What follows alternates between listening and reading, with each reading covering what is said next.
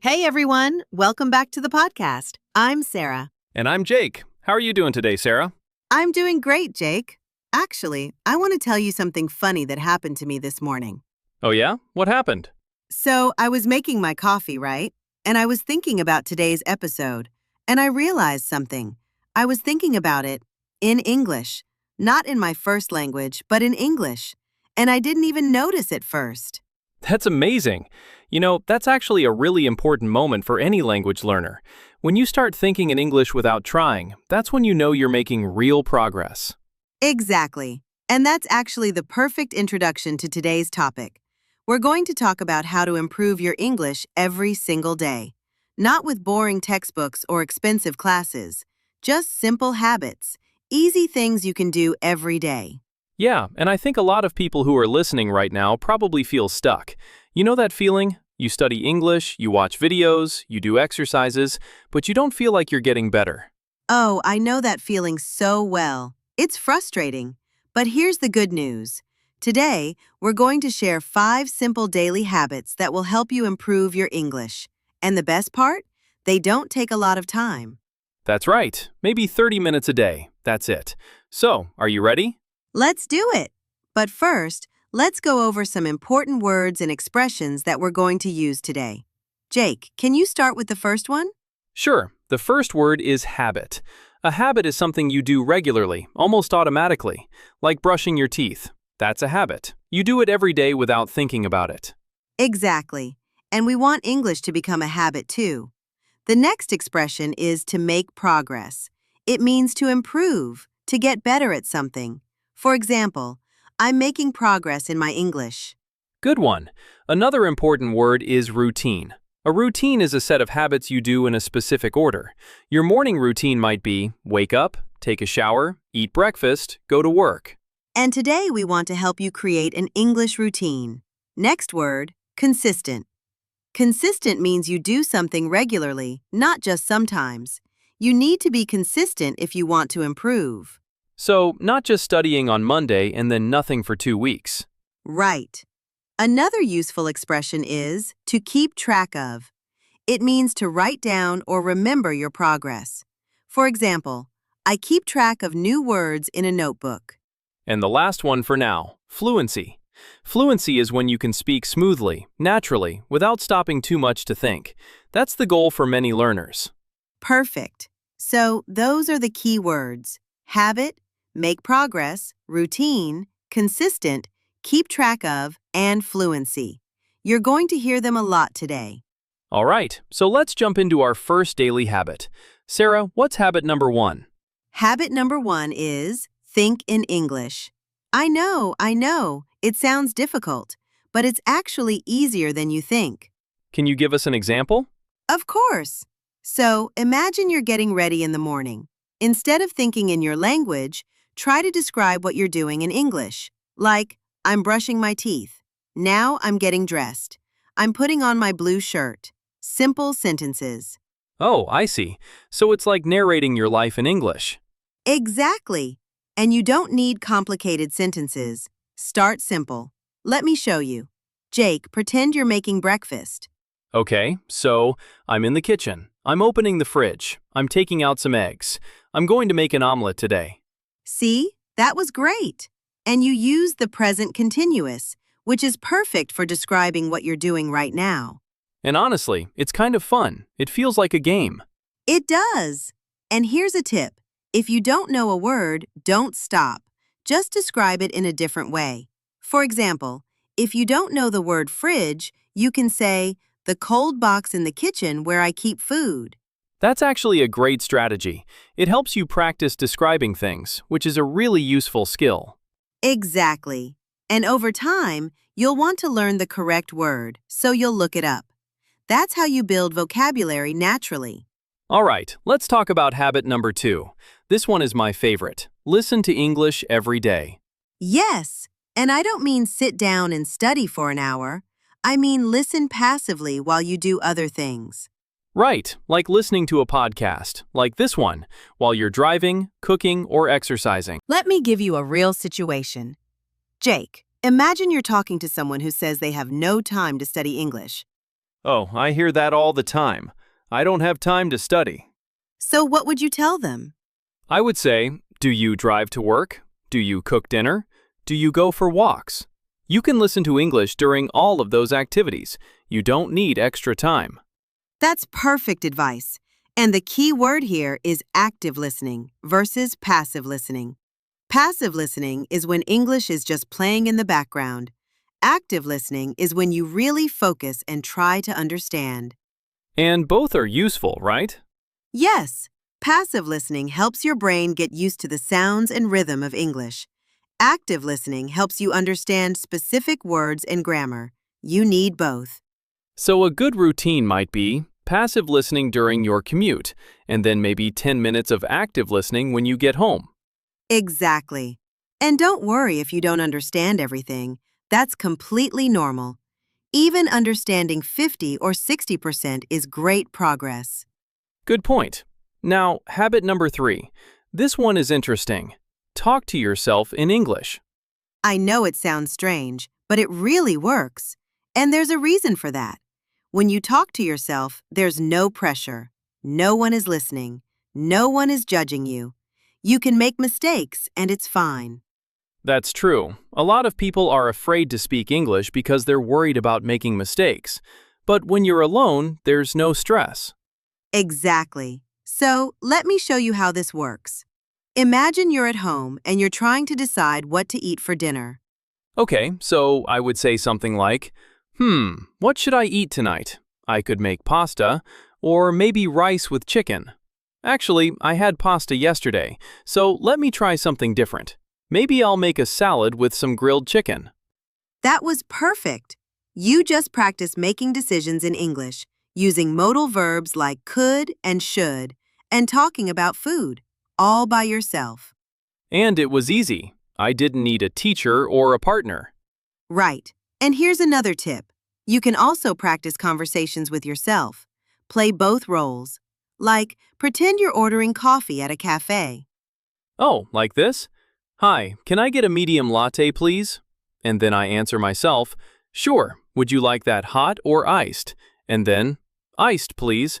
And can I add some vanilla syrup? That's exactly it. You're practicing real situations with real phrases in a safe environment. I love it.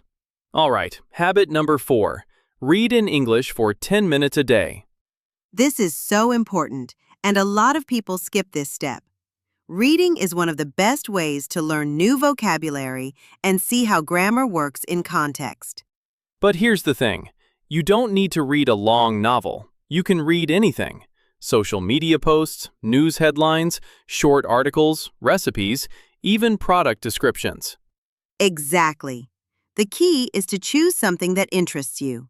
If you like sports, read sports news in English. If you like cooking, find recipes in English. If you like technology, read tech blogs. And what about the words you don't know? Great question. Here's my advice. Don't look up every single word. First, try to guess the meaning from context. For example, if you read, "The weather was freezing, so I put on my thickest coat." You might not know freezing, but you can guess it means very cold because of the coat. That makes sense. And when should you use a dictionary? Only when you really can't guess and when the word seems important. And when you do look up a word, write it down. Keep a vocabulary notebook or use an app. This is a great habit because it also helps you with spelling and writing. When you read a lot, you start to remember how words look on the page. That's true. And here's something interesting. Studies show that reading for just 10 minutes a day can significantly improve your vocabulary. You can learn up to 1,000 new words per year just from reading. Wow, 1,000 words from just 10 minutes a day? That's incredible. It is, and it makes sense, right? Every time you read, you see familiar words and new words together.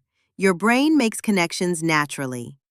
All right, let's move on to our last habit. Habit number 5. Habit number 5 is keep an English journal. Now, before you panic, I don't mean writing long essays.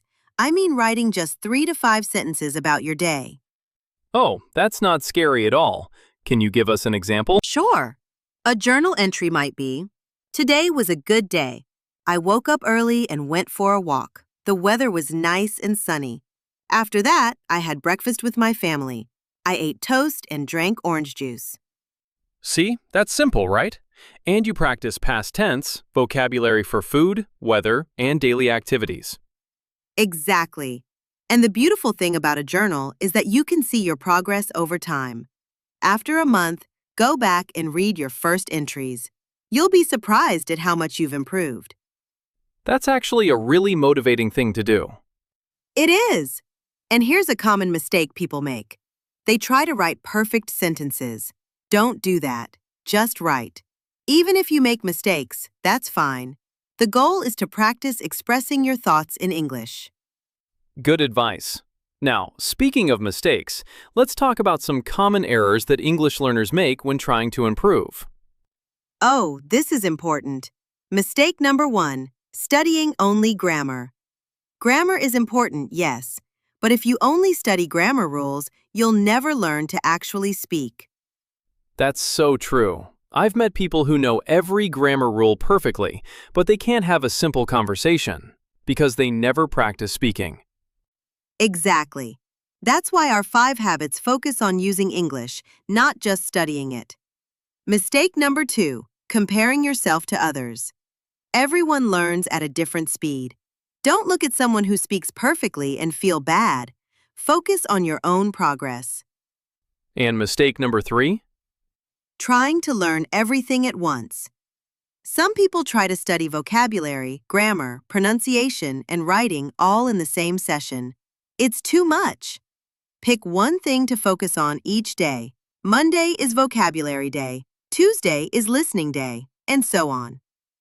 I really like that approach. It keeps things simple and manageable.